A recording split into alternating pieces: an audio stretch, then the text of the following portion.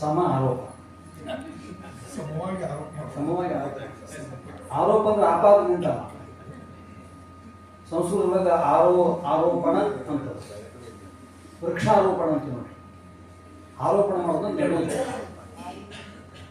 ನೆಡುವುದು, ನೆಲದಾಗ ನೆಡುವುದು. ಸಮ ಆರೋಪಣ ಅಂತಂದ್ರೆ ಬೆಳಗ್ಗಿನಿಂದ ಸುಮಾರು 9 ಗಂಟೆ ಹಿಂದೂಸ್ತಾನಿ ರಾಗ ಸಾವರಿಯನ್ನು ಹಾಡಿದಂಥ ಅಯ್ಯಪ್ಪಯ್ಯನವರ ಹಾಡಿನಿಂದ ನಮ್ಮ ಕಿವಿಗಳು ಕೇಳ್ತಿದ್ದು, ಕಣ್ಣುಗಳು ನೋಡ್ತಿದ್ವು. ನೋಡುವ ಮತ್ತು ಕೇಳುವ ಎರಡೂ ಕ್ರಿಯೆಗಳನ್ನು ಮಾಡ್ಕೋತ ಸುಮಾರು 100 ಜನ ನಾವಿಲ್ಲಿ ಸಮಾವೇಶಗೊಂಡಿದ್ದೀವಿ. 9 ಗಂಟೆಗಳ ಕಾಲ ಮಾಡಿದ್ದೀವಿ. ನಡುವೆ 1 ತಾಸು ಊಟನೂ ಮಾಡಿದ್ದೀವಿ. ಊಟ ಆದ್ಮೇಲೆ ಸ್ವಲ್ಪ ಕೂತಲ್ಲೇ ಜಂಪ್ ಹತ್ತಿ ನಿದ್ದೆನೂ ಸವಿದೀವಿ ಅಂತ ಅನಿಸ್ತದೆ ನನಗೆ. ನಾನು ಸ್ವಲ್ಪ ಅಂದ್ಕೊಂಡಿದ್ದೆ, ಆದ್ರೆ ನನಗೆ ಒಳ್ಳೊಳ್ಳೆ ನಗಿ ಮಾತು ಹೇಳಿ ಎಬ್ಬಿಸಿದ್ರು, ನಿಮಗೂ ಕೂಡ ಎಬ್ಬಿಸಿದ್ದಾರೆ.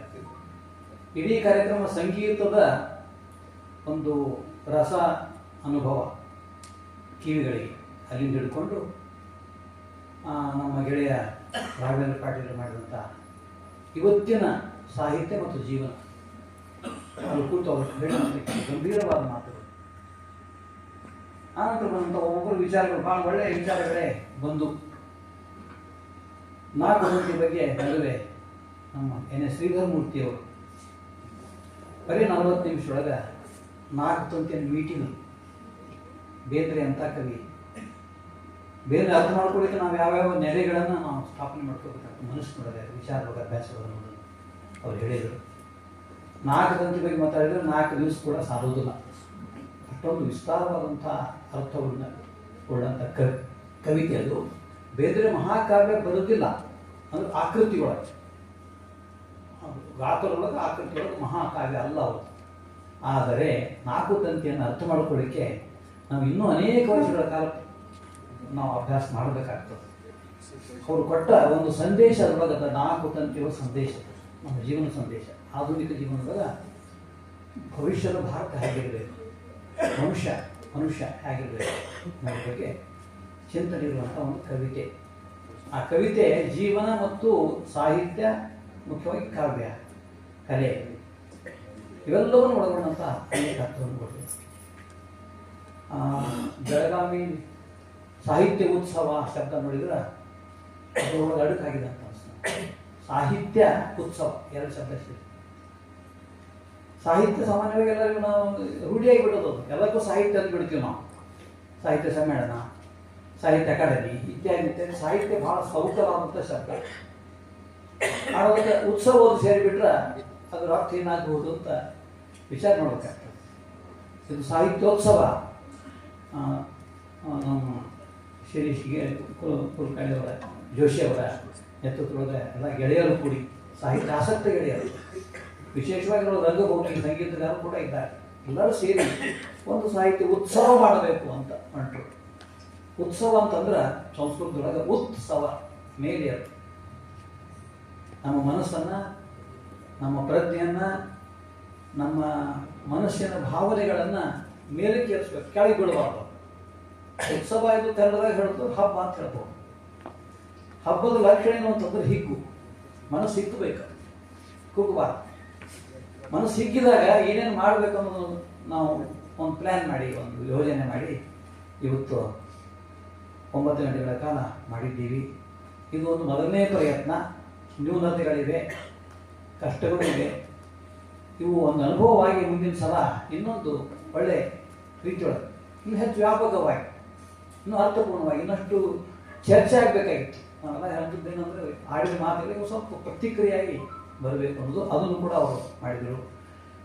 ಅದನ್ನು 4 ತಂತಿಯ ಮೂಲಕ ನಮ್ಮ ಎನ್.ಎಸ್. ಶ್ರೀಧರಮೂರ್ತಿಯವರು ಒಂದು ವಿಶೇಷವಾದಂಥ ಸಾಹಿತ್ಯಿಕ ಆಯಾಮವನ್ನು ಇವತ್ತಿನ ಉತ್ಸವಕ್ಕೆ ಕೊಟ್ಟರು.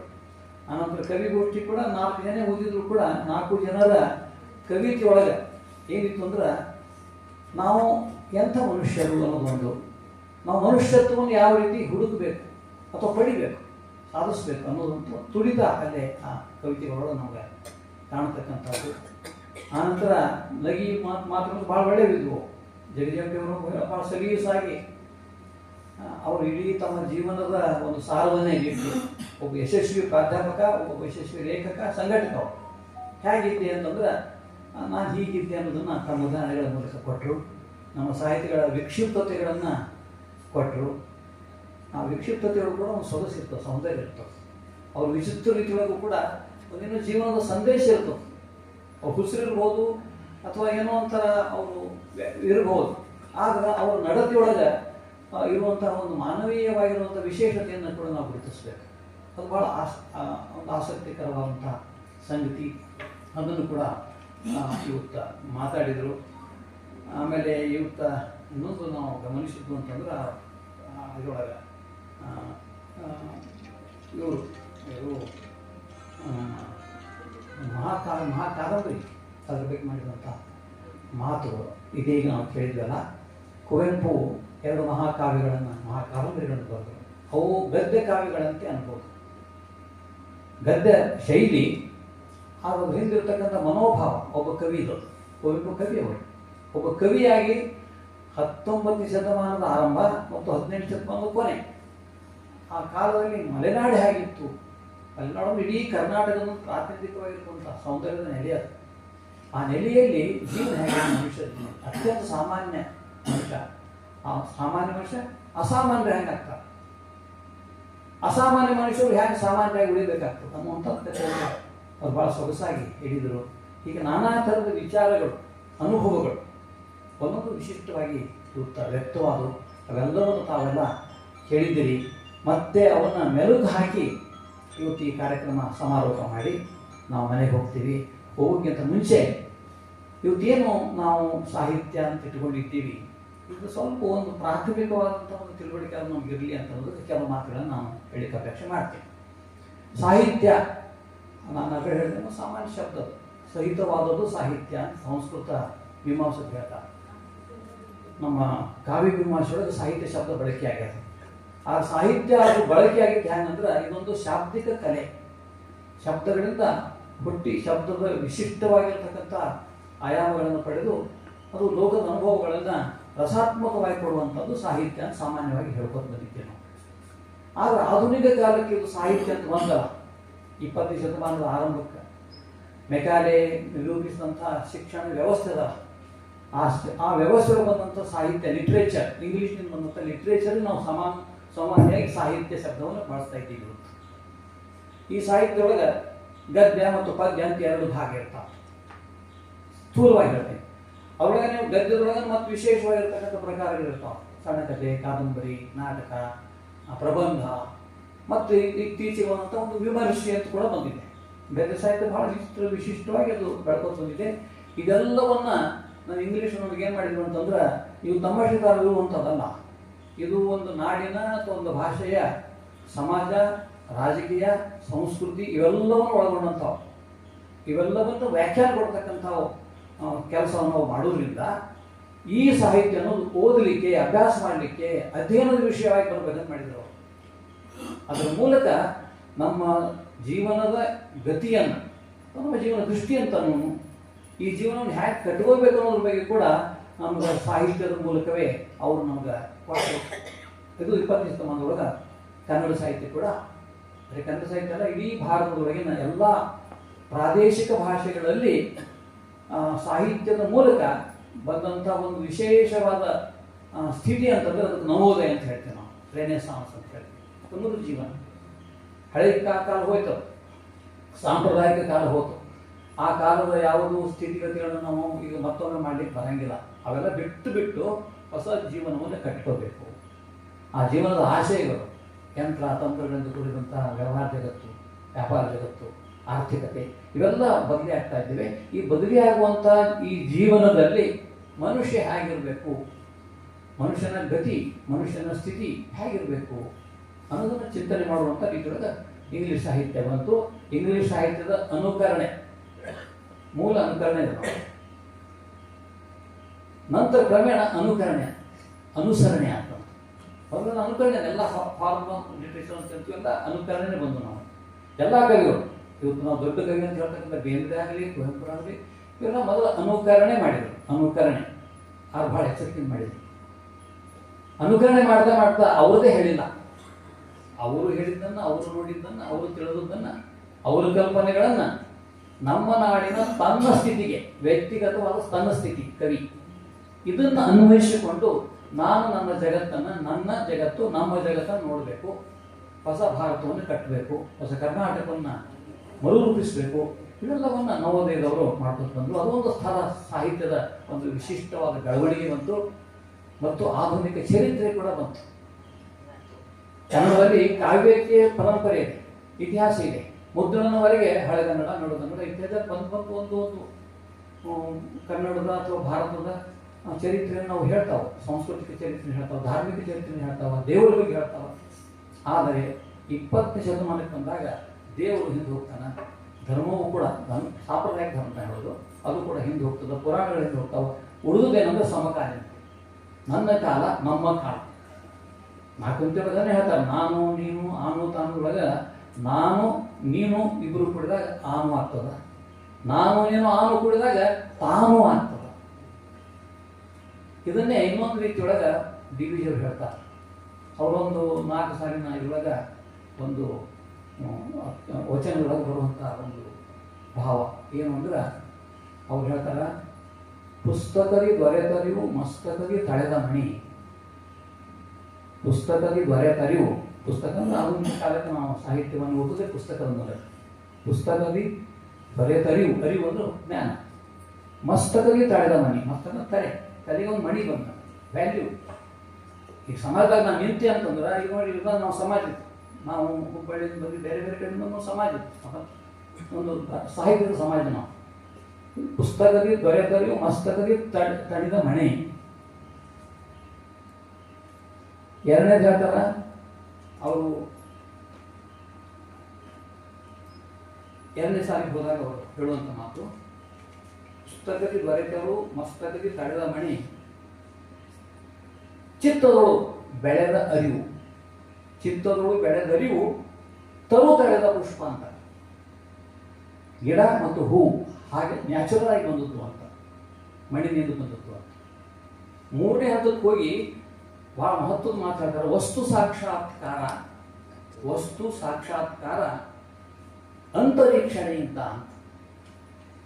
ಅಂತರಿಕ್ಷಣ ಅಂದ್ರೆ ಏನು? ಇವೆರಡು ಹೊರಗಿನ, ಪುಸ್ತಕದಿಂದ ಏನು ಸಿಗ್ತದೋ ಜ್ಞಾನ ಅದೆಲ್ಲ ಹೊರಗಿನ. ಒಬ್ಬ ಮನುಷ್ಯನ ಜ್ಞಾನಿಯನ್ನಾಗಿ ಮಾಡ್ಬೋದು, ಪಂಡಿತರನ್ನಾಗಿ ಮಾಡ್ಬೋದು, ಶಾಸ್ತ್ರಿಯನ್ನಾಗಿ ಮಾಡ್ಬೋದು, ವಿದ್ಯಾಭ್ಯಾಸದೊಳಗೆ ಅನೇಕ ರೀತಿಯೊಳಗೆ ಬೆಳವಣಿಗೆಯನ್ನು ಕೂಡ ಮಾಡ್ಬೋದು. ಇವೆಲ್ಲ ಮಾಡಿದ್ದು ಸರಿನೇ, ತಪ್ಪಲ್ಲ.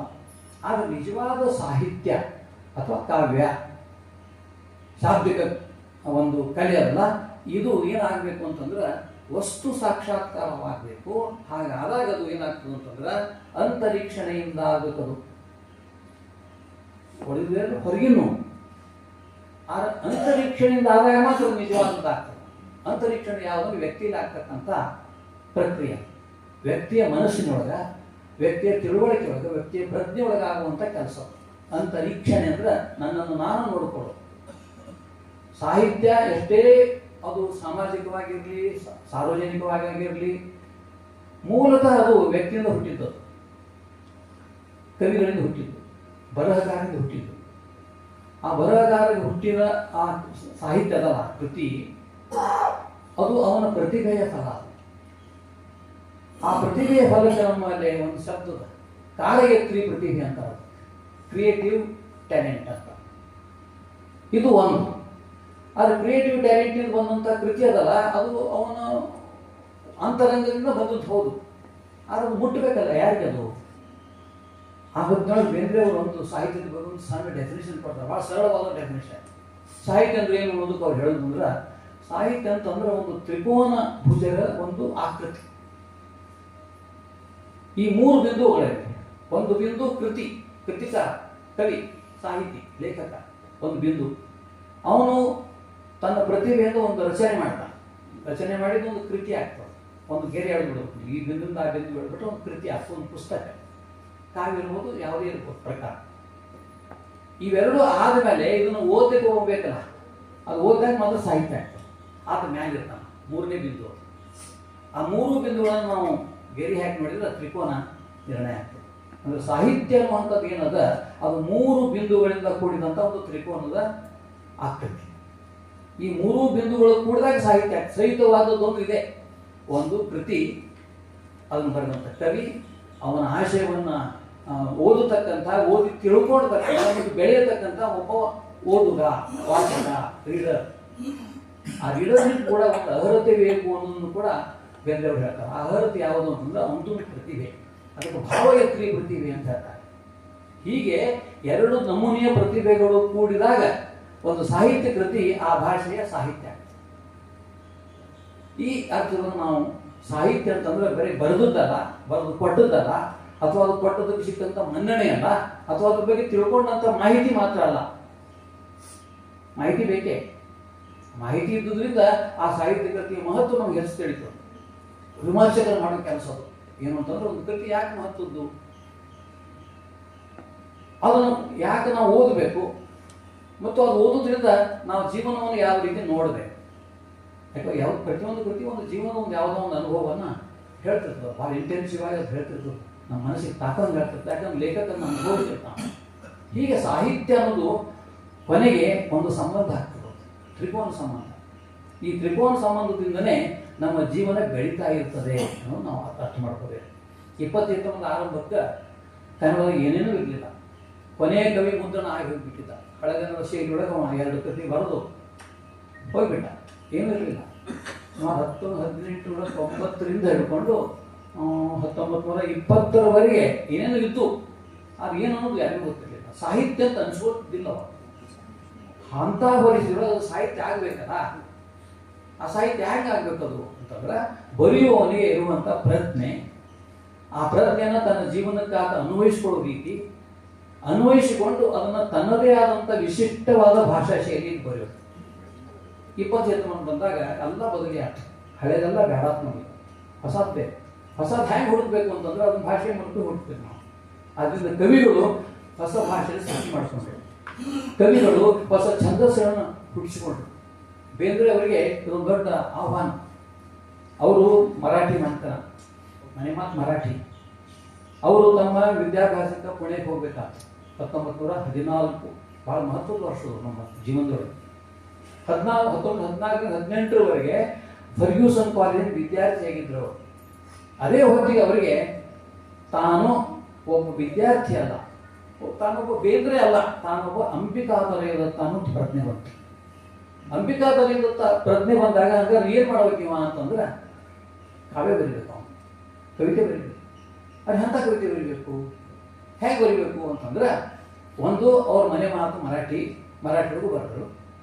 ಪುಣೆ ವಿದ್ಯಾರ್ಥಿ ಇದ್ದಾಗ ಅವ್ರು 100 ಮರಾಠಿ ಕವಿತೆಗಳನ್ನು ಬರೆದರು. ಆದರೆ ನಾನು ಧಾರವಾಡದವನು, ನಾನು ಕನ್ನಡಿಗ, ನನ್ನ ನೆಲ ಕನ್ನಡ, ನನ್ನ ಭಾಷೆ ಕನ್ನಡ, ಅದನ್ನು ಕನ್ನಡದಾಗ ಬರೀಲಿಕ್ಕೆ ಶುರು ಮಾಡಿದರು. ಈ 4 ವರ್ಷದಲ್ಲಿ ಬೇಂದ್ರೆ ಏನು ಮಾಡಿದ್ರು ಅಂತಂದ್ರೆ, ತಮ್ಮಲ್ಲಿದ್ದ ಪ್ರತಿಭೆಯನ್ನು ಸಮಕಾಲೀನ ಸಾಹಿತ್ಯವಾಗಿ ಮಾಡ್ಬೇಕದು. ಸಮಕಾಲೀನ ಜೀವನಕ್ಕೆ ನಾನು ಅರ್ಥ ಆಗಬೇಕು, ನನಗೆ ತಿಳ್ಕೊಂಡದ್ದು ಬರೋಂಗಲ್ಲ, ನಾನು ಏನು ಬರೀಬೇಕದು ಮುಟ್ಟಬೇಕದು, ಅವ್ರ ಜೀವನವನ್ನು ಅದು ಬೆಳೆಸ್ಬೇಕು, ಪುನರ್ಜೀವನ ಮಾಡಬೇಕು. ಅದರಿಂದ ನಾನು ಎಂಥ ಕವಿತೆ ಬರೀಬೇಕು ಅನ್ನೋದಕ್ಕೆ ಅವರು 4 ಜನ ಗುರುಗಳನ್ನು ಮಾಡ್ಕೋತಾರೆ. ತಮ್ಮ ಆತ್ಮಚರಿತ್ರೆ ಹೇಳ್ತಾರೆ, ನನಗೆ ಗುರು ಚತುರ್ಮುಖರು ಅಂತ. ಒಬ್ಬರು ರವೀಂದ್ರನಾಥ್ ಠಾಕೂರ್ ಬಂಗಾಲಿ ಕವಿ, ಇನ್ನೊಬ್ಬರು ಶ್ರೀ ಅರವಿಂದರು ತಪಸ್ವಿಗಳು, ಮತ್ತೊಬ್ಬ ಖಲೀಲ್ ಗಿಬ್ರಾನ್ ಅಂತ ಒಬ್ಬ ಅರಬಿ ಕವಿ, ಮತ್ತೊಬ್ಬ ಅಂತ ಒಬ್ಬ ಐರಿಷ್ ಕವಿ. ಇವರೆಲ್ಲರೂ 4 ಜನ ಆ ಕಾಲಕ್ಕೆ ಇಂಗ್ಲಿಷ್ನಲ್ಲಿ ಬರೀತಕ್ಕಂಥ ವಿಶ್ವಕವಿಗಳು. ಬೇಂದ್ರೆ ಆ ವಿಶ್ವಕವಿಗಳನ್ನು ಓದಿದರು. ಯಾಕಂತಂದ್ರೆ ಕನ್ನಡ ಬರೀ ಕನ್ನಡ ನಾಡಿನ ಧಾರವಾಡದ ಮಾತಲ್ಲ. ಇವತ್ತು ಆಧುನಿಕ ಜಗತ್ತಿನೊಳಗೆ ಕನ್ನಡ ಕೂಡ ವಿಶ್ವ ಭಾಷೆ ಆಗಬೇಕು. ಈ ವಿಶ್ವ ಭಾಷೆಯೊಳಗೆ ವಿಶ್ವ ಕವಿತ್ವ ಇರಬೇಕು. ಆ ಕವಿತೆಯನ್ನು ನಾನು ಬರೀಬೇಕಂತ ಹೇಳಿ ಅವರು ಬರೆದು, ಪುಣೆಯೊಳಗೆ ಸಿಗಬೇಕಾದಂಥ ಒಂದು ಸೌಲಭ್ಯ ಇತ್ತು ಅವರಿಗೆ.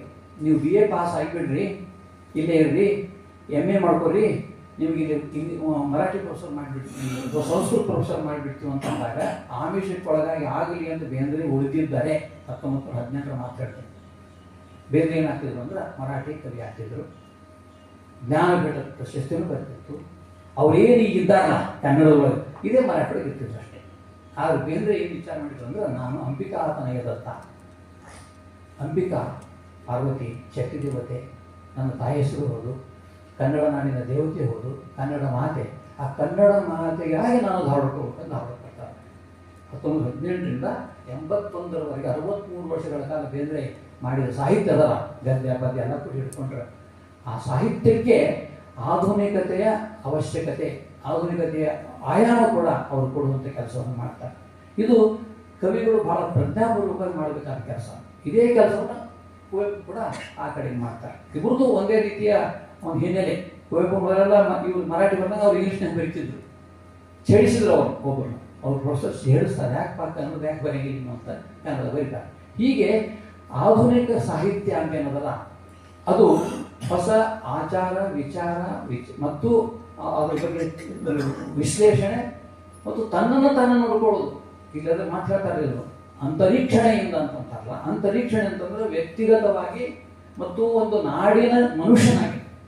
ಬೇರೆ ಆಗಲಿ ಕುವೆಂಪು ಆಗಲಿ ಕೇವಲ ವ್ಯಕ್ತಿಗಳಲ್ಲವರು, ಕನ್ನಡ ನಾಡಿನ ವ್ಯಕ್ತಿಗಳು, ಕನ್ನಡ ಶಕ್ತಿಗಳಾಗ್ತಾರೆ. ಅಂತರೀಕ್ಷಣೆಯಿಂದ ನಾನು ಏನು ಬರೆದ್ರೆ ಆಧುನಿಕ ಕಾಲದ ಕವಿಯಾಗುತ್ತೇನೆ ನಾನು, ಮತ್ತು ಕನ್ನಡ ಆಧುನಿಕ ಆಗುತ್ತದೆ. ಈ ಚಿಂತನೆಯೊಳಗೆ ಅವರು ಬೆಳೆದ್ರು.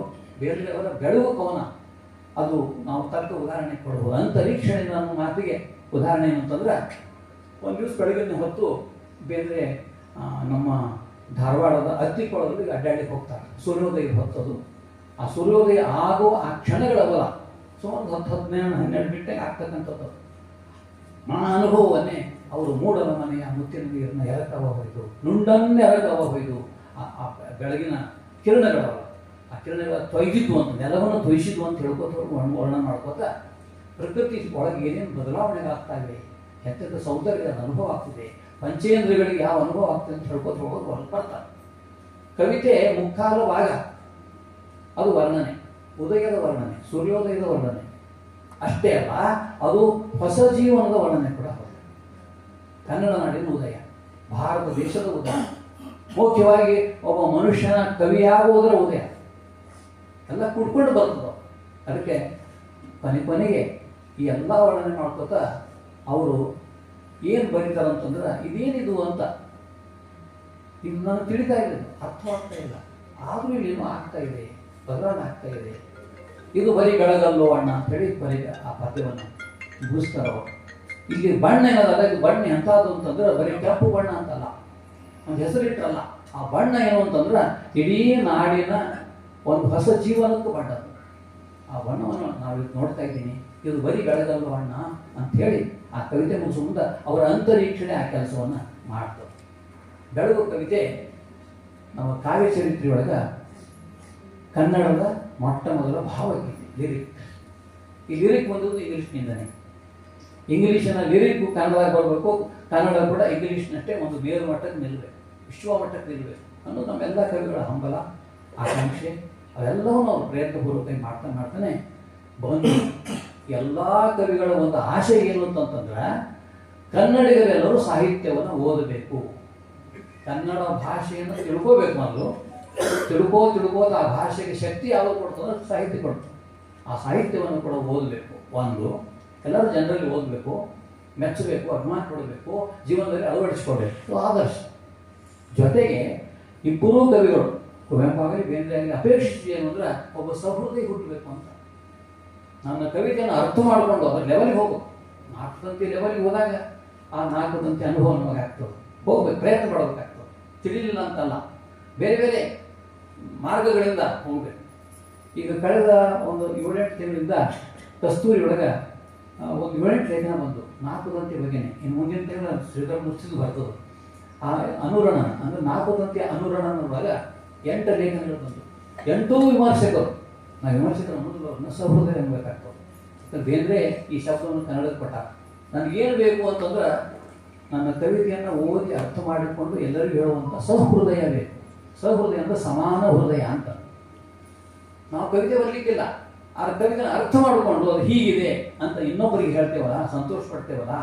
ಕವಿ ರಚನೆಯಿಂದ ಸಂತೋಷ ಪಡ್ತಾನೆ, ಅದೇ ಸಂತೋಷವನ್ನು ಓದುವನು ಪಡಿತಾನಲ್ಲ, ಆ ಸಂತೋಷವ ಸಹೃದಯದಿಂದ ಮಾತ್ರ ಸಾಧ್ಯ. ಸಹೃದಯನಿಗೆ ಬೇಕಾದಂಥ ಕ್ವಾಲಿಟಿ ಏನು ಅಂತಂದ್ರೆ, ಸರ್ವಜ್ಞ 400 ವರ್ಷದಿಂದ ಹೇಳಿದ, ಎಲ್ಲ ಬಲ್ಲವರಿಲ್ಲ, ಬಲ್ಲವರು ಬಹಳಿಲ್ಲ, ಬಲ್ಲಿದರು ಇದ್ದು ಬಲವಿಲ್ಲ, ಬಲ್ಲಿದರು ಇದ್ದೂ ಬಲವಿಲ್ಲ, ಸಾಹಿತ್ಯ ಎಲ್ಲರಿಗೂ ಅಲ್ಲ ಸರ್ವಜ್ಞ ಅಂತ ಹೇಳಿದ.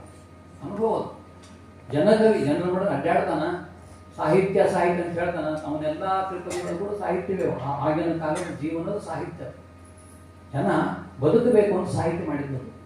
ಆದ್ರೆ ಜನ ಹೇಗೆ ತಿಳ್ಕೊಳ್ಳೋದು ಎಲ್ಲ ಬಲ್ಲವರಿಲ್ಲ. ತಿಳುವಳಿಕೆನೇ ಭಾಳ ಕಡಿಮೆ. ಜಗತ್ತಿನೊಳಗೆ 1000 ಒಳಗೆ ಒಬ್ಬ ಮನುಷ್ಯ ತಿಳುವಳಿಕೆ ಇರ್ತಾನೆ ಗೊತ್ತಿಲ್ಲ. ಹಬ್ಬ ಭಾಳ ಅಪರೂಪ. ತಿಳುವಳಿಕೆ ಅಂದರೆ ಅಪರೂಪ. ಎಲ್ಲ ಬಲ್ಲವರಿಲ್ಲ. ಬಲ್ಲವರು ಅಂತಂದ್ರೆ ತಿಳುವಳಿಕೆ ಇದ್ದವರು ಅಂತ ಒಂದು ಅರ್ಥ ಆಗ್ತದ, ಶ್ರೀಮಂತರಂತೂ ಅಂತ ಆಗ್ತದೆ. ಹೃದಯ ಶ್ರೀಮಂತಿಕೆ ಅಂತ ಅರ್ಥ. ದುಡ್ಡಿಂದ ಎಲ್ಲ ಬಲ್ಲವರಿಲ್ಲ. ಬಲ್ಲವರು ಬಹಳ ಇಲ್ಲ, ಭಾಳ ಕಡಿಮೆ, ಮೈನಾರಿಟಿ. ಈಗ ನೋಡ್ರಿ, ಸಾಹಿತ್ಯ ಉತ್ಸವ ಮಾಡ್ತೀವಿ, ಸುಮಾರು 15 ಲಕ್ಷ ಇರಬೇಕು. ಇದು ಬೆಳಗಾವಿ ಜನಸಂಖ್ಯೆ 15 ಲಕ್ಷ ಇರಬೇಕಂತ. 15 ಲಕ್ಷ ಎಷ್ಟು ಮಂದಿ ಇದ್ದೀವಿ? ಎಣಿಸಿರೋ ಒಂದು 300 ಮಂದಿ ಇರ್ತೀವಿ ನಾವು. ಇದೆಲ್ಲ ಬಲ್ಲವರಿಲ್ಲ. ಬಲ್ಲವರು ಬಹಳ ಇಲ್ಲ. ತಿಳಿದು ಬೇಕಾಗಿಲ್ಲ. ಬಲ್ಲಿದ್ರು ಬಲವಿಲ್ಲ. ಇನ್ನೊಂದು 3ನೇದು ಅವನ ಆಕ್ಷೇಪಣೆ. ಎಲ್ಲ ತಿಳುವಳಿಕಿದ್ದಾರೆ, ಭಾಳ ಮಂದಿ ಬುದ್ಧಿವಂತರಿದ್ದಾರೆ. ಪೊಲಿಟಿಕಲ್ ಸೈನ್ಸ್ ಭಾಳ ಚಂದ ಓದ್ಕೊಂಡಾರೆ, ಎಕನಾಮಿಕ್ಸ್ ಭಾಳ ಚಂದ ಪಂಡಿತರಿದ್ದಾರೆ. ಆದರೆ ಭಾರತದ ಸ್ಥಿತಿ, ರಾಜಕೀಯ ಸ್ಥಿತಿ ನೋಡ್ರಿ, ಆರ್ಥಿಕ ಸ್ಥಿತಿ ನೋಡ್ರಿ, ಅದಕ್ಕೆ ಏನೂ ಸಂಬಂಧ ಇಲ್ಲ. ಇಷ್ಟೆಲ್ಲ ಪೊಲಿಟಿಕಲ್ ಸೈನ್ಸ್ ಓದಿದ್ರೂ ಕೂಡ ಕರ್ನಾಟಕದೊಳಗೆ ಇವತ್ತು ಈ ಒಂದು ವಾರದಲ್ಲಿ ನಡೆದಂಥ ಸ್ಥಿತಿ ನೋಡಿದರೆ ಯಾವ ಪೊಲಿಟಿಕಲ್ ಸೈನ್ಸ್ಗೆ ಏನು ಉತ್ತರದ ಹೇಳಿ ಇಲ್ಲ, ಏನೂ ಇಲ್ಲ. ಎಲ್ಲ ಫೇಲ್. ನಾವು ಎಕನಾಮಿಕ್ಸ್ ಓದ್ತೀವಿ, ಎಷ್ಟು ನುಕ್ಸಾನ ಆಗ್ತದೆ ನಮ್ಮ ಜೀವನಕ್ಕೆ. ಏನು ಫೇಲ್ ಇದು. ಬಲ್ಲಿದ್ದು ಬಲವಿಲ್ಲ, ಸಾಮಾಜಿಕ ಬಲವಿಲ್ಲ. ಆದ್ರಿಂದ ಕೊನೆಗೆ ಹೇಳ್ತಾನೆ, ಸಾಹಿತ್ಯ ಎಲ್ಲರಿಗೂ ಅಲ್ಲ ಸರ್ವಜ್ಞ ಅಂತ ಹೇಳ್ಬಿಡ್ತಾನೆ. ಒಂದು ಬಾಂಬ್ ಇಟ್ಬಿಡ್ತಾನೆ. ಸಾಹಿತ್ಯ ಎಲ್ಲರಿಗೂ ಅಲ್ರಿ. ಯಾರಿಗೆ ಸಾಹಿತ್ಯ ಮಾಡ್ತಿರ್ಲಿಲ್ಲ ನಮ್ಗೆ? ಅದಕ್ಕಂತಂದ್ರೆ ಕೆಲವರಿಗೆ, ಸಾಹಿತ್ಯವನ್ನು ತಿಳಿದುಕೊಳ್ಳುವ ಕೆಲವರಿಗೆ, ಅಂದ್ರೆ ಸಹೃದಯ. ಸಾಹಿತ್ಯವನ್ನು ತಿಳ್ಕೋಬೇಕಾಗಿದ್ರೆ ಸಾಹಿತ್ಯದ ತತ್ವಗಳು ಗೊತ್ತಿರಬೇಕು. ಸಾಹಿತ್ಯ ಅಂದ್ರೆ ಏನು, ಅದರ ಅರ್ಥ, ಭಾಷೆ, ಆ ಭಾಷೆಗೆ ಅನುಗುಣವಾಗಿ ಬರ್ತಕ್ಕಂಥ ಅಲಂಕಾರ, ಛಂದಸ್ಸು, ಶೈಲಿ, ಭಾವ, ಭಾಷೆ ಎಲ್ಲ ಹೋಗ್ಬೇಕು. ಎಲ್ಲ ಒಂದಕ್ಕೊಂದು ಸೇರ್ಕೊಂಡು ಹೋಗ್ತಾರೆ. ಇವೆಲ್ಲ ಅಭ್ಯಾಸದ ನಮ್ಮಲ್ಲೆಲ್ಲ ವ್ಯಾಕರಣ, ಅಲಂಕಾರ ಎಲ್ಲ ಅಭ್ಯಾಸಗಳಿವೆ, ಮೊದಲಿಂದೂ ಇದೆ. ನಾವೆಲ್ಲ ಕವಿಗಳು, ಸಾಂಪ್ರದಾಯಿಕ ಕವಿಗಳು ಹೇಳ್ತೇನೆ, ಬೇರೆ ಅಲಂಕಾರ ಕವಿ ಹುಡ್ಕೊಂಡು ಹೇಳ್ತೇನೆ. ಎಲ್ಲ ಮಹತ್ವದ ಕವಿಗಳು ಇವೆಲ್ಲವನ್ನು ಅಭ್ಯಾಸ ಮಾಡಿ ಬರ್ತಿದ್ದಾರೆ. ಈವನ್ ವಚನಕಾರರು ಕೂಡ, ಬಸವಣ್ಣ, ಹನುಮಪ್ರಭು, ಅಕ್ಕಮಹಾದೇವಿ, ಸಿದ್ದರಾಮಯ್ಯ ಇವರೆಲ್ಲರೂ ಕಾವ್ಯಶಾಸ್ತ್ರವನ್ನು ಓದಿದವರು. ಸಂಶಯನೇ ಓದಿ ತಿಳ್ಕೊಂಡು ನಾನೇನಾಗಬೇಕಂತ ಅವರು ಮರು ನಿರ್ಮಾಣ ಮಾಡಲಿಕ್ಕೆ ಸಿದ್ಧರಾದವರು. ಅವ್ರ ಕಡೆ ಅವರಿಗೆ ಸಮಾಜವೂ ಇದೆ, ಒಳಗೆ ಅಂತರೀಕ್ಷಣೆಯಿಂದ ಆಗಬೇಕಾದಂಥ ಕೆಲಸವೂ ಇದೆ. ಇದು ನಮ್ಮ ಕಾವ್ಯ ಪರಂಪರೆ. ಕಾವ್ಯ ಪರಂಪರೆಗೆ ಮುಖ್ಯವಾದದ್ದು, ಮೂಲವಾದದ್ದು ಯಾವತ್ತೂ ಇರ್ತಕ್ಕಂಥದ್ದು ಪ್ರತಿಭೆ ಅನ್ನೋದು ನಾವು ಒಪ್ಪಿರಬೇಕಾಗ್ತದೆ. ಪ್ರತಿಭೆಗೆ ಜಾತಿ, ಕುಲ, ವರ್ಗ, ಕಾಲ ಯಾವುದು ಅಂಟಿಕೊಳ್ಳೋದಿಲ್ಲ. ಕನಕದಾಸನ ಕಾಲದ ಕಾವ್ಯ ನೋಡ್ರಿ, ಪುರಂದರದಾಸನ ಕಾಲದ ಕಾವ್ಯ ನೋಡ್ರಿ, ಬಸವಣ್ಣ, ಹನುಮಪ್ರಭುಗಳ ವಚನ ಕಾವ್ಯ ನೋಡ್ರಿ, ಎಲ್ಲ ಕಾವ್ಯ ಕೂಡ ಪ್ರತಿಭಾವಂತರೇ ಅದನ್ನ ಕೆಲಸವನ್ನು ಮಾಡಿದ್ದಾರೆ. ಇಂಥ ಒಂದು ಸಾಹಿತ್ಯದ ಪರಂಪರೆ, ಪ್ರಯತ್ನ ಆಧುನಿಕ ಕಾಲದವರೆಗೆ ಹರಿದು ಬಂದಿದೆ. ಆದರೆ ಇವತ್ತು ಬೇರೆ ಬೇರೆ ಕಾರಣ, ನಮ್ಮ ಸಾಮಾಜಿಕ ಎಲ್ಲನೂ ಹಾಗೆ ಆಗಿದೆ. ಯಾವ ಕ್ವಾಲಿಟಿಯಲ್ಲಿದೆ ಹೇಳಿ ನಾವು? ರಾಜಕಾರಣದಲ್ಲಿ ಕ್ವಾಲಿಟಿ ಇಲ್ಲ, ವಿಶ್ವವಿದ್ಯಾಲಯಗಳ ಜ್ಞಾನದಲ್ಲಿ ಕ್ವಾಲಿಟಿ ಇಲ್ಲ, ಸಂಶೋಧನೆಗಳಲ್ಲಿ ಕ್ವಾಲಿಟಿ ಇಲ್ಲ ಅಂತಂದ್ರೆ ನಿರಾಶೆ ಇಲ್ಲ. ಪ್ರಯತ್ನವನ್ನು ಮಾಡಲೇಬೇಕಾಗ್ತದೆ. ಕಾಲ ಇದ್ದೇ ಇರ್ತದ. ಇದು ಇಳಿಗಾಲ, ಅನೇಕ ಕಾರಣಗಳಲ್ಲಿ ಇದು ಇಳಿಗಾಲ ಆಗಿದೆ. ಡಿಕೆಡೆನ್ಸ್ ಇವೆಲ್ಲ ಕಾಲಕ್ಕೂ ಆಗಿದೆ, ಎಲ್ಲ ದೇಶಗಳಲ್ಲೂ ಆಗಿದೆ, ನಮ್ಮಲ್ಲಿ ಆಗ್ತಾ ಇದೆ. ಇಂತಹ ಕಾಲದಲ್ಲಿ ಎಚ್ಚರ ಬೇಕನ್ನೋದೇ ನಮ್ಮ ಸಾಹಿತ್ಯದ ಏಕಮೇವ ಗುರಿ, ಪ್ರಯತ್ನ. ಅಂತ ಪ್ರಯತ್ನದೊಳಗೆ ಸಾಹಿತ್ಯೋತ್ಸವವನ್ನು ಮಾಡಿದ ಮೂಲಕ ನಮ್ಮಲ್ಲಿ ನಾವಿದ್ದೀವಿ. ನಮ್ಮ ಬೆಳಗಾವಿ ಜಿಲ್ಲೆ ನೋಡ್ರಿ ಭಾಳ ವಿಶೇಷ ಇದು ಅಂತಂದ್ರೆ, 20ನೇ ಶತಮಾನದ ಆರಂಭಕ್ಕೇ 1918ಕ್ಕೆ ಇದು ಬ್ರಿಟಿಷರ ವಶಕ್ಕೆ ಬಂತು. ಮೊದಲು ಮಿಲಿಟರಿ ಕೇಂದ್ರವಾಗಿದ್ದು ಸಿಕ್ತು. ಜೊತೆಗೆ ಶಿಕ್ಷಣ ಕೂಡ ಇಲ್ಲಿ ಆರಂಭ ಆಯಿತು. ಒಂದು 15-20 ವರ್ಷ ಮೇಲೆ ಧಾರವಾಡಕ್ಕೆ ಹೋಗ್ತದೆ. ಅದು ಬೆಳಗಾವಿ ಮತ್ತು ಧಾರವಾಡ ಇಡೀ ಉತ್ತರ ಕರ್ನಾಟಕದ ಶೈಕ್ಷಣಿಕ ಕೇಂದ್ರಗಳು, ಸಾಹಿತ್ಯಿಕ ಕೇಂದ್ರಗಳಾಗಿ ಈಗ 120 ವರ್ಷದಿಂದ 200 ವರ್ಷದಿಂದ ನಾವು ಬೆಳ್ಕೊಂಡು ಬಂದಿದ್ದೀವಿ. ನಿರಂತರ ಬೆಳವಣಿಗೆ ಇದೆ. ನೋಡಿ ಕೆಲವು ಸಮಸ್ಯೆಗಳಿವೆ, ಆಮಾಗ ಬೇರೆ. ಆದರೆ ಒಂದು ಬೆಳವಣಿಗೆ ನಾವು ಇಲ್ಲಿ ಕಾಣ್ತಾ ಇದ್ದೀವಿ. ಮುಂಬೈ ಪ್ರಾಂತದ ಬಹಳ ಪ್ರಮುಖವಾದಂಥ ಶಿಕ್ಷಣ ಕೇಂದ್ರ ಬೆಳಗಾವಿ, ಧಾರವಾಡ ಎರಡು ಅವಳಿನೇ. ಇಂಥದ್ರೊಳಗೆ ಈ ಕಾಲದಲ್ಲಿ ಕೂಡ ಎಷ್ಟು ಕವಿಗಳಿದ್ದಾರೆ ಅಂತೇಳಿ ಮುಂಜಾನೆ ನಮ್ಮ ಗೆಳೆಯರು ಭಾಳ ಚಂದ ಹೇಳಿದರು. ಒಂದು ಇದನ್ನು ಕೊಟ್ಟರು, ಏನೋ ಒಂದು ಸೆನ್ಸಸ್ ಮಾಡಿದರು. ವಿವರವಾಗಿ ಮಾಡ್ಬೋದಾಗಿತ್ತು, ಮಾಡೋಣ, ಮುಂದೆ ಮಾಡ್ಬೋದು. ಒಬ್ಬ ವೈಶಿಷ್ಟ್ಯ ಬೇರೆ ಇರ್ತದೆ. ಎಷ್ಟು ಇಂಚಲ್ದಂಗೆ ಕರ್ಕಿಯವರಿಲ್ಲ, ಕರ್ಕಿಯವರಿಂದ ಚಂದ್ರಕಾಂತ್ ಕುಸ್ನೂರಿಲ್ಲ, ಬೇರೆ ಬೇರೆ ಇದ್ದಾರೆ. ಎಲ್ಲ ಬೇರೆ ಬೇರೆ ಇರ್ತಕ್ಕಂಥ ಧ್ವನಿಗಳವಲ್ಲ. ಈ ಧ್ವನಿಗಳ ಹಿಂದಿರುವಂಥ ಮನುಷ್ಯತ್ವ ಮತ್ತು ಕೌಶಲ ಎರಡು, ಒಂದು ಗುಣ, ಇನ್ನೊಂದು ಅದನ್ನು ಸಾಧಿಸ್ತಕ್ಕಂಥ ಒಂದು ಮಾನವೀಯತೆ. ಇವೆಲ್ಲ ನಮ್ಮ ಕವಿಗಳಲ್ಲಿ ಇದೆ, ವಿಶಿಷ್ಟವಾಗಿದೆ. ಅದನ್ನು ಗುರುತಿಸುವಾಗ ನಮ್ಮ ಕಾಲದ ಸಾಹಿತ್ಯವನ್ನು ನಾವು ಸಮರ್ಥನೆ ಮಾಡ್ಕೋಬೇಕು. ನಿಂತಿಲ್ಲ, ಯಾವುದೂ ನಿಂತಿಲ್ಲ. ಕೆಲವು ವ್ಯತ್ಯಾಸಗಳಿರ್ಬೋದು, ಯಾವುದೂ ನಿಂತಿಲ್ಲ ಅನ್ನೋದು ನಾವು ನೋಡ್ತಾ ಬಂದಿದ್ದೀವಿ. ಇಂಥ ನೋಡುವ, ತಿಳಿಯುವ, ಮುಖ್ಯವಾಗಿ ನಮಗೆ ನಮ್ಮ ಬೆಳಗಾವಿ ವಿಭಾಗದ ನಮಗೆಲ್ಲ ಕವಿಗಳು ಗೊತ್ತಿರ್ಬೇಕು. ನಾವು ಗೊತ್ತಿಲ್ಲ ಅಂತ ಅನ್ಬಾರ್ದು, ಗೊತ್ತಿರ್ಬೇಕು. ನಾವು ಕನಿಷ್ಠ ಒಂದು ಕವಿತೆ ಆದರೂ ಅವ್ರ ಬಗ್ಗೆ ಹೇಳಿದಂಥ ಒಂದು ಸಾಮರ್ಥ್ಯ ಬೇಕು. ಆ ಕೆಲಸವನ್ನು ಇವತ್ತು ಆರಂಭ ಮಾಡಿದ್ದಾರೆ ಗೆಳೆಯರು. ಅದಕ್ಕೆ ಅನೇಕರು ಕೈಗೂಡಿಸಿದ್ದಾರೆ. ಯಾವುದು ಕೊರತೆ, ಕುಂದು ಅಥವಾ ನ್ಯೂನತೆ ನನಗಂತೂ ಕಾಣಲಿಲ್ಲ. ಆದರೆ ಅವೆಲ್ಲ ಯಾವಿದ್ದೋ ನಾವು ಕಾಣಿರ್ತೀವಿ. ಅದನ್ನ ಯಾವ ರೀತಿ ನಾವು ಸಹಿಸ್ಕೋಬೇಕು, ಬಿಡಿಸ್ಕೋಬೇಕು, ಸುಧಾರಿಸ್ಕೋಬೇಕು ಅಂತ ಕೂಡ ನಮ್ಗೆ ಗೊತ್ತಿಲ್ಲ. ಸಾಹಿತ್ಯ ನಾವು ಕಲಿಸೋದಿದೆ, ಏನಂದ್ರೆ ಸಹನೆಯನ್ನು. ಅಂತ ಸಹನೆಯನ್ನು ತಾವೆಲ್ಲ ಇವತ್ತು ಈ ಹೊತ್ತಿಗೂ ಕೂಡ 6 ಗಂಟೆ ಅಲ್ಲೂ ಬಂದು ಕೂತಿದ್ದೀರಿ. ಮತ್ತೊಮ್ಮೆ ನಾವು ಇನ್ನೊಮ್ಮೆ ಬೇರೆ ಊರಿನಲ್ಲಿ, ಇದೇ ಬೆಳಗಾವಿ ಜಿಲ್ಲೆ ಬೇರೆ ಬೇರೆ ಊರುಗಳಲ್ಲಿ ಇದಾಗಬೇಕು. ಅಲ್ಲಿ ಜನರನ್ನು ಒಳಗೊಳ್ಳಬೇಕು. ನಾವು ಸಾಹಿತ್ಯಿಕವಾಗಿ ಜೀವಂತರಿದ್ದೇವೆ. ನಮಗೇನೂ ಆಗಿರ್ಲಿಕ್ಕಿಲ್ಲ. ಸಾಹಿತ್ಯ ಅಂದು ಏನೂ ಸುಧಾರಣೆ ಮಾಡೋದಿಲ್ಲ, ಹೊರಗೋಡ್ಬೇಕು. ಸಾಹಿತ್ಯದ ಕ್ರಾಂತಿ ಆತ ಅನ್ನೋದು ಕೂಡ ಹೊರಗೋಗ್ಬೇಕು, ಆಗೋದು ಬೇಕಾಗಿಲ್ಲ. ಆದರೆ ಸಾಹಿತ್ಯದ ಕ್ರಾಂತಿ ಆಗಬೇಕನ್ನೋ ಆಶಯ ಮತ್ತು ಪ್ರಯತ್ನ, ನಿರಾಶೆ ಇಲ್ಲದೆ ಮಾಡುವಂಥ ಒಂದು ಧೈರ್ಯ, ಇದು ಮಾತ್ರ. ಇದಕ್ಕೆ ಯಾರು ಬೇಕಾಗಿಲ್ಲ, ನಾವು ಯಾರು ಕೇಳಬೇಕಾಗಿಲ್ಲ. ಇದು ನಮ್ಮೊಳಗೆ ಹೋಗ್ತಕ್ಕಂಥದ್ದು. ಅದೇ ನಮ್ಮ ಡಿ ವಿ ಜಿ ಅವರು ಹೇಳ್ತಕ್ಕಂಥ ಮಾತು ಅಂತಂದ್ರೆ ಅಂತರೀಕ್ಷಣೆ ಎಂಬುದು. ಇನ್ನರ್ ಸೈಟ್ ಒಳಗಿನ ಅಂತರೀಕ್ಷಣೆಯಿಂದ ನಾವು ಮಾಡ್ಕೋಬೇಕು.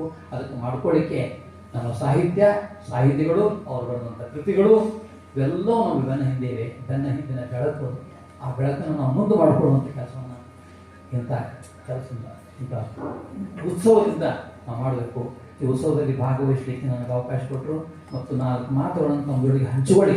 ಇನ್ನೊಂದು ನನಗೆ ಲಾಭ ಅಂತಂದ್ರೆ ಅನೇಕ ನನಗೆ ಭೇಟಿ ಆಗೋದಿಲ್ಲ, ಬೇರೆ ಬೇರೆ ಕಾರಣ ಭೇಟಿ ಆಗೋದು. ಇವತ್ತು ಎಲ್ಲರೂ ಅನೇಕ ಭೇಟಿ ಆದರು. ಹಳೆ ಭೇಟಿ, ಹೊಸ ಭೇಟಿ, ಹೊಸ ಪರಿಚಯ, ಮತ್ತು ನಮ್ಮ ಊರಿಗೆ ಬರ್ರಿ ಭೇಟಿ ಆಗೋಣ ಅಂತನ್ನುವಂಥದ್ದು ಏನಾಗ್ತಲ್ಲ. ಈ ಸಮ್ಮೇಳನ ನಿಜವಾದ ಸಾಹಿತ್ಯ ಸಮ್ಮೇಳನ ಇದೆ ಅಂಥದ್ದಾಗಿದೆ. ಅದಕ್ಕಾಗಿ ನಮ್ಮ ಶಿರೀಶ್ ಜೋಶಿ ಅವ್ರ ಗೆಳೆಯರು ಮತ್ತು ಮಾತುಗಳನ್ನು ಕೇಳಿದಂತಾಗಿ ಕೃತಜ್ಞನಾಗಿ ನಾನು